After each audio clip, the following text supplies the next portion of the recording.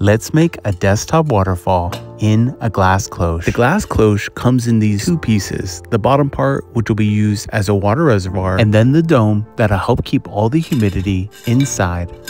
I'm using this water pump to create my waterfall, and I'll place it in the water reservoir. And when I add the dome, if I turn it to the side, you can see that the cord can safely run out the back. I'll make a natural filter for the water pump out of this coconut fiber mat, and I'll just cut out a rectangle from the mat and then use my scissors to make a hole for the water line. I'll cut the mat to the dimensions of the water pump, and then I'll wrap it snugly around the pump as if I was wrapping a present, and then hold it together with hot glue. Now I just gotta make sure that the waterline tube still fits. I'll need to build the mountainscape to sit on top of the water pump, but make it hollow so that the waterline tube can still run through it. And after some trial and error, I finally landed on a method for attaching the stones. First, you'll need clean, dry stones, some super glue, and coconut coir.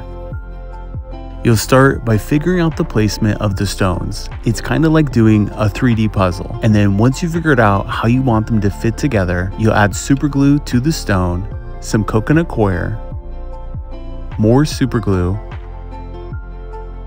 and then press and hold the stones together until they're bonded. And then you'll do the same thing on the other side by adding super glue into the crevice, coconut coir, more super glue, and then even more coconut coir. And I like to use a brush to make sure everything is packed in tight to create a tight bond.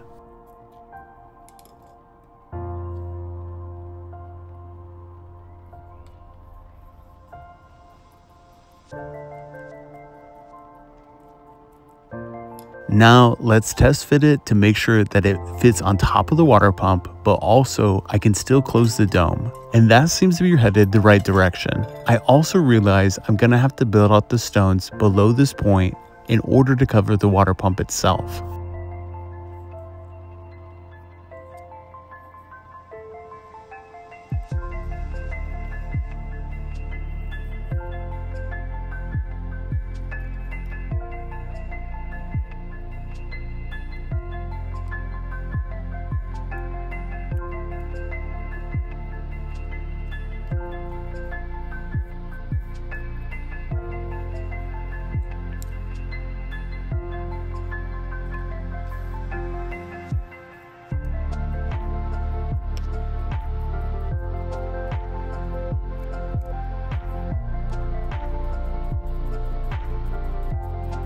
And for the top pieces, I'll add some paper into the middle of the mountainscape in order to help hold the stones in place as I glue them together.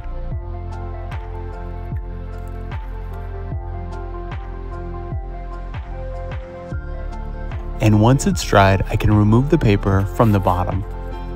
And once I've completed the mountainscape, I'll rinse off any debris, and then I'll feed the waterline tube through the middle and then fit it over the pump.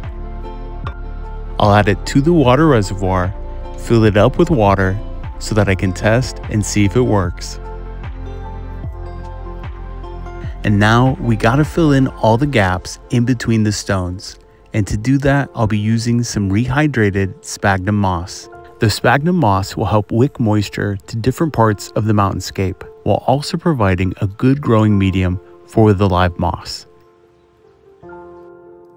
And after I've filled in all of the gaps, it's time to start mossing. So grab a piece of moss from my moss box. And this piece of mostly badge moss will be perfect for this project. And I'll just separate it out into smaller sections and then add it to the mountainscape.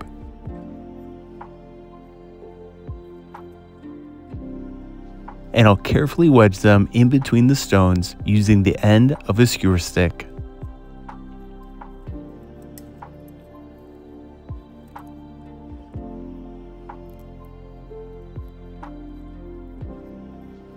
I want to create a beach in the reservoir, and I'll do that by mixing some sand and some small stones for additional visual interest.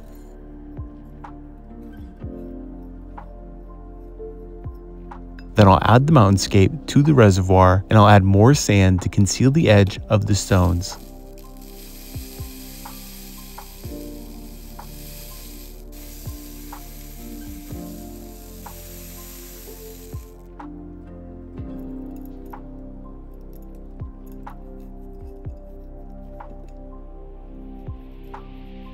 And lastly, I'll fill up the reservoir with distilled water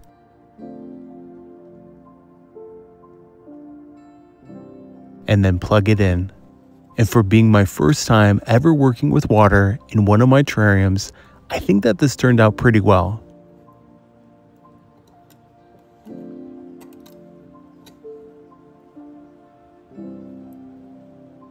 I'll top off the water reservoir before replacing the glass dome to help hold in the humidity so that this desktop waterfall can thrive.